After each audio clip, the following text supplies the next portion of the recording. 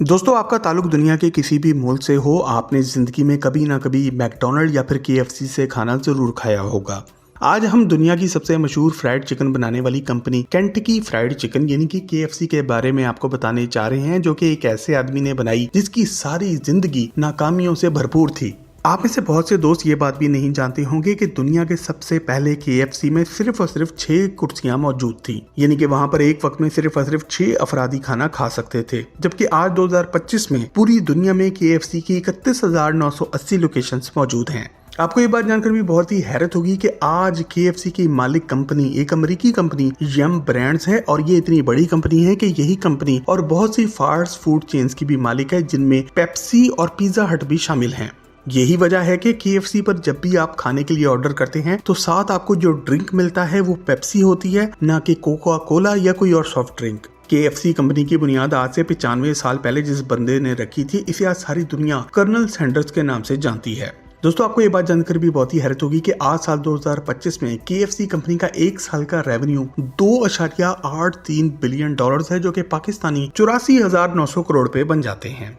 Talk shock channel की आज की इस वीडियो में हम आपको दुनिया का मशहूर फास्ट फूड का चेन केएफसी बनाने वाले एक बाहिम्मत आदमी कर्नल सैंडर्स की लाइफ के बारे में कुछ जबरदस्त हकाइक बयान करने जा रहे हैं। और अगर आपको मजीद ऐसी ही जबरदस्त इंफॉर्मेशन से भरपूर वीडियोस देखनी है तो हमारे चैनल टॉक शॉक को अभी सब्सक्राइब करके जल्द से जल्द 1 मिलियन सब्सक्राइबर्स पूरे करने में मदद दें। दोस्तों, केएफसी कंपनी बनाने वाले कर्नल सैंडर्स का असल नाम कर्नल हार्लैंड डेविड सैंडर्स था। सफेद दाढ़ी मूछ वाले ये अंकल जी 9 सितंबर 1890 को अमेरिकी रियासत इंडियाना के शहर हेनरीवेल में पैदा हुए। कर्नल सैंडर्स के वालिद एक किसान थे, जबकि इनकी वालदा एक खातून खाना थी। सैंडर्स पर पहली मुसीबत सिर्फ 5 साल की उम्र में पड़ी, जब इनके वालिद की अचानक से ही मौत हो गई। घर के माली हालात खराब हुए तो इनकी वालदा को टमाटरों के खेत में नौकरी करना पड़ी। सिर्फ 7 साल की उम्र में सैंडर्स को अपने दूसरे बहन भाइयों की देखभाल करनी पड़ी और इनके लिए खाना भी बनाना पड़ा। 10 साल की उम्र में सैंडर्स ने बाकायदा तौर पर अपनी पहली नौकरी कर ली थी, जो कि एक फार्म पर यानी कि खेत में जानवरों को चारा डालने की नौकरी थी। इतनी छोटी सी उम्र में सैंडर्स अभी खुद भी एक बच्चा ही थे और वो जानवरों को चारा डालने के बजाय ज्यादा वक्त इनके साथ खेलने में गुजार देते थे, और इसी वजह से इन्हें इनकी पहली नौकरी से निकाल भी दिया गया। 13 साल की उम्र में सैंडर्स इतने खुद मुख्तार हो चुके थे कि इन्होंने अपना घर छोड़ दिया और एक दूसरी अमेरिकी रियासत इंडियानापोलिस आ गए, जहां पर इन्होंने एक दूसरी नौकरी कर ली। अब की बार इन्हें हॉर्स कैरेजेस यानी कि घोड़ों की बग्गियों को पेंट करने की नौकरी मिली। सिर्फ 1 साल बाद ही 14 साल की उम्र में ये दोबारा एक खेत में काम करने पहुंच चुके थे। आपको ये बात जानकर बहुत ही हैरत होगी कि इस आदमी ने अपनी जिंदगी में इतनी मुख्तलिफ नौकरियां की हैं कि इसकी कोई और मिसाल नहीं मिलती। आप ये भी कह सकते हैं कि कुदरत कर्नल सैंडर्स को आने वाले जबरदस्त वक्त के लिए तैयार कर रही थी। 1906 तक सैंडर्स अपने खानदान वालों की जिम्मेदारियां उठाकर इतना तंग आ चुके थे कि इन्होंने प्रोग्राम बनाया कि क्यों ना मैं अपनी फैमिली से बहुत दूर चला जाऊं। इन्होंने अमेरिकी आर्मी में जाने का इरादा किया, मगर यहाँ पर मसला ये था कि अमेरिकी आर्मी के लिए उम्र कम से कम 18 साल होने चाहिए थी, जबकि सैंडर्स की उम्र अभी सिर्फ 16 साल थी। इन्होंने बहुत ही चालाकी के साथ अपनी पैदाइश के कागजात में कुछ 2 नंबरी की और अपने आप को जबरदस्ती 18 साल का दिखाया। दोस्तों, ये वो वक्त था जो अमेरिकन आर्मी दुनिया की नंबर 1 आर्मी बन चुकी थी और ये लोग बहुत ही तेज थे। आर्मी के सीनियर ऑफिशियल्स को बहुत जल्द पता चल गया कि ये लड़का 2 नंबरी कर रहा है और इन्होंने सैंडर्स को आर्मी से निकाल दिया। 1907 से 1930 के दौरान सैंडर्स ने बहुत सी नौकरियां की। दिन में ट्रेनों की सफाई करना, ब्लैक स्मिथ यानी कि लोहार की नौकरी, फायरमैन यानी कि आग बुझाने का काम, एक वकील की नौकरी और रेलवे के लिए रेल ट्रैक पर मजदूरी भी शामिल थी। दोस्तों, यहाँ पर ये याद रहे कि सैंडर्स को इनमें से ज्यादातर नौकरियों से इसलिए निकाल दिया गया क्योंकि ये अपने गुस्से के बहुत ही तेज थे। 1920 में सैंडर्स की किस्मत ने पलटा खाया जब इन्होंने अपना पहला बिजनेस शुरू किया और कुछ पैसे जोड़कर एक कश्ती खरीदी, जो कि मशहूर अमेरिकी दरिया ओहायो रिवर पर लोगों को एक तरफ से दूसरी तरफ लेकर जाने का काम करती थी। ये इनकी जिंदगी का पहला बिजनेस था जो कि कामयाब भी हुआ, और इन्होंने आगे चलकर ये बिजनेस किसी और को 22,000 अमेरिकी डॉलर्स में बेचा, जो कि आज की तारीख में $3,34,000 अमेरिकी डॉलर्स यानी कि पाकिस्तानी 9 करोड़ रुपए में बेच डाला। अपने अगला बिजनेस शुरू करते हुए इन्होंने अपना सारा ये पैसा लैंप्स बनाने के बिजनेस में लगाया और ये बिजनेस पूरी तरह से नाकाम हुआ। इस तरह ये वापस वहीं पर पहुंच गए जहां से इन्होंने शुरू किया था। कर्नल सैंडर्स बंदे बहुत ही मेहनती थे, जो बस लगे रहते थे और हिम्मत नहीं हारते थे। अपना बिजनेस फेल हो जाने के बाद भी इन्होंने टायरों की एक मशहूर कंपनी मिचेलिन टायर कंपनी के लिए सेल्समैन की नौकरी कर ली। 1924 में इस कंपनी ने अमेरिकी शहर न्यू जर्सी में अपनी नई फैक्ट्री बनाई तो अपने हीरो कर्नल सैंडर्स को यहाँ पर नौकरी भी दी। इस दौरान कहीं पर सैंडर्स की मुलाकात स्टैंडर्ड ऑयल कंपनी के जनरल मैनेजर से हुई, जिसने इनकी पर्सनैलिटी से मुतासिर होते हुए निकोला विले के इलाके में मौजूद अपना एक पेट्रोल पंप इनके हवाले कर दिया।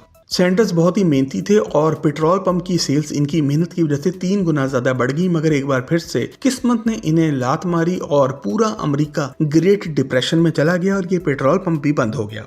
दोस्तों यहाँ पर आपको ये बताते चलें कि रेलवे के लिए मजदूरी करते हुए सैंडर्स की मुलाकात जोसेफिन नामी एक लड़की से हुई, जिससे इन्हें प्यार हो गया था और इन दोनों ने 15 जून 1909 को शादी भी कर ली। इस शादी से सैंडर्स के यहाँ 3 बच्चे पैदा हुए। सैंडर्स की ये बीवी इनसे बहुत ही तंग रहती थी क्योंकि ये किसी भी एक नौकरी पर टिक कर नहीं बैठते थे और बहुत जल्द ये औरत अपने बच्चे लेकर इन्हें छोड़ गई और इस तरह से हमारा हीरो एक बार फिर से अकेला रह गया, वो भी तब जब इसे अपनी फैमिली की सबसे ज्यादा जरूरत थी। साल 1948 में सैंडर्स की नजर अपने लिए काम करने वाली एक लड़की क्लॉडिया पर पड़ी। ये लड़की बिजनेस को बहुत ही अच्छी तरह समझती थी, समझदार भी थी और वफादार भी थी। सैंडर्स ने अब की बार इससे शादी भी कर ली और इस लड़की ने सचमुच एक बड़ा बिजनेस बनाने में सैंडर्स की मदद भी की। दोस्तों 1930 तक सैंडर्स की जिंदगी नाकामियों से भरपूर थी और इनकी उम्र भी अब 40 साल से ज्यादा हो चुकी थी।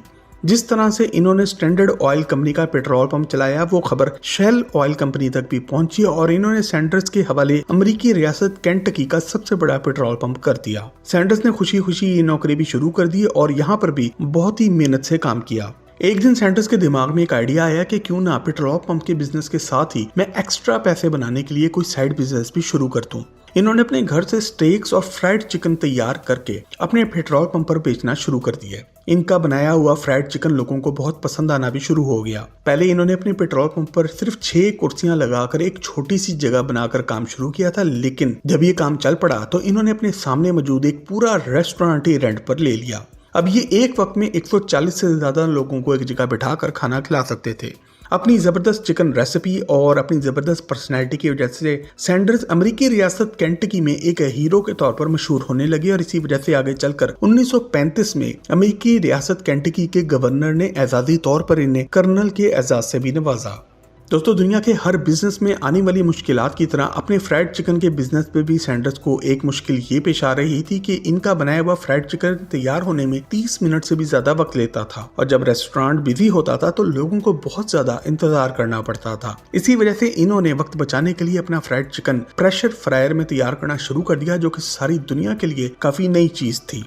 1940 तक सैंडर्स का बिजनेस काफी मशहूर हो चुका था और ये अपने फ्राइड चिकन की जबरदस्त रेसिपी बना चुके थे, जो कि आज सारी दुनिया में एक सीक्रेट रेसिपी के तौर पर मशहूर है और इसी वजह से KFC इतना मजेदार बनता है। अब जब सब कुछ इतना जबरदस्त चल पड़ा था तो फिर एक बार से किस्मत ने सैंडर्स को आजमाने का प्रोग्राम बनाया।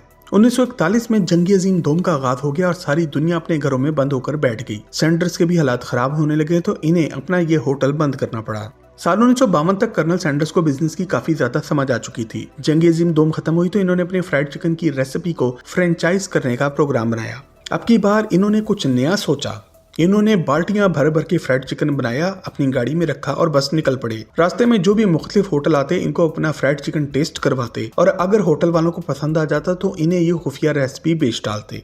आपको ये बात जानकर बहुत ही खुशगवार हैरत होगी कि अमेरिकी रियासत यूटा के इलाके साउथ सॉल्ट लेक में मौजूद एक होटल को ये एजाज जाता है कि ये दुनिया का पहला होटल था जिसने कर्नल सैंडर्स की ये रेसिपी खरीदी और आज इसके बाहर ये बोर्ड लगा हुआ है वर्ल्ड्स फर्स्ट KFC, यानी कि दुनिया का पहला KFC।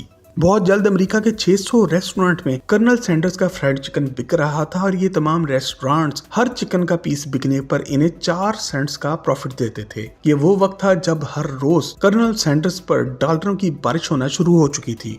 साल 1964 तक सैंडर्स काफी बूढ़े हो चुके थे और अब वो आराम करना चाहते थे। 73 साल की उम्र में इन्होंने अपना business Kentucky fried chicken corporation 2 बड़े अमेरिकी बिजनेसेस को बेच डाला। ये डील उस दौर में $2 मिलियन अमेरिकी डॉलर्स में तय पाई, जो कि आज के तारीख के 16.7 मिलियन डॉलर्स यानी कि पाकिस्तानी 500 करोड़ रुपए बन जाते हैं। और अगर दोस्तों आप मशहूर फास्ट फूड कंपनी मैकडोनल्ड के बारे में ऐसी ही डिटेल से वीडियो देखना चाहते हैं तो कमेंट सेक्शन में यस मैकडोनल्ड्स लिखकर हमें आगाह जरूर करें।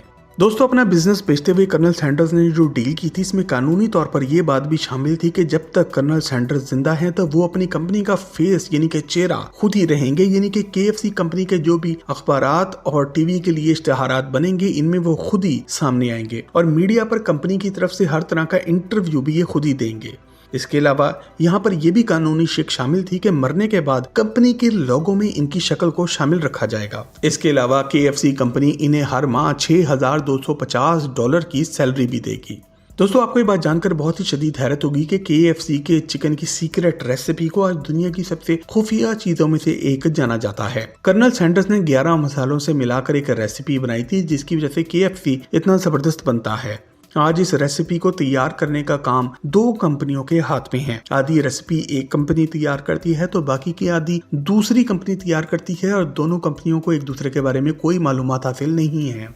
आपको ये बात जानकर भी बहुत ही हैरत होगी कि KFC पहली अमेरिकी फास्ट फूड चेन थी जो कि अमेरिका से बाहर दूसरे ममालिक में भी खुली। आज KFC इतनी पुरानी कंपनी बन चुकी है कि जापान में क्रिसमस के मौके पर रात के खाने में KFC खाना एक पुरानी रवायत बन चुकी है। यहाँ के KFC क्रिसमस पर इतना ज्यादा बिजी रहते हैं कि आपको अपना ऑर्डर हफ्ता 2 हफ्ता पहले बुक करना पड़ता है। KFC के बारे में एक और जबरदस्त फैक्ट ये भी है कि पाकिस्तान के शहर रावलपिंडी में मौजूद एक KFC को मुकम्मल तौर पर गूंगे और बहरे अफराद चलाते हैं। रावलपिंडी के मशहूर दुबई प्लाजा के करीब मौजूद ये स्पेशल KFC की ब्रांच है जिसके बाहर ये बोर्ड लगा है कि ये ब्रांच गूंगे और बहरे अफराद चलाते हैं और आपसे गुजारिश है कि इनसे ताउन करें। मजे की बात यह है कि इस ब्रांच का स्टाफ आपका सारा ऑर्डर इशारों पर लेता है और इसमें कोई गलती भी नहीं होती। इसके अलावा दुनिया का सबसे बड़ा KFC अमेरिका में नहीं बल्कि अजरबैजान के शहर बाकू में मौजूद है। दोस्तों, वैसे तो KFC कंपनी ने अपना आगाज अमेरिका से किया था मगर ये दूसरे ममालिक में कहीं ज्यादा तेजी से फैली। KFC कंपनी को अपने सालाना बिजनेस का सबसे बड़ा हिस्सा हर साल अमेरिका या बर्तानिया से नहीं बल्कि चाइना से मिलता है। ये बहुत ही हैरानकुन बात है कि चीन में अमेरिका से ज्यादा KFC खाया जाता है। दोस्तों, कर्नल सैंडर्स एक आम सा आदमी था जो कि आज के फाइनेंशियल सिस्टम की नाइंसाफियों में फंसा हुआ था और जिंदगी का इसने एक बड़ा हिस्सा नाकामियों में गुजारा मगर हिम्मत नहीं हारी और उम्र के उस हिस्से में जाके कामयाबी, पैसा, शोहरत हासिल की जब लोग जिंदगी से मुंह मोड़ चुके होते हैं। KFC के बारे में टॉक शॉक चैनल की आज की वीडियो पसंद आए तो इसे लाइक करके फेसबुक और व्हाट्सएप पर शेयर जरूर करें। मजीद जबरदस्त वीडियोस के लिए टॉक शॉक के चैनल को भी सब्सक्राइब जरूर करें।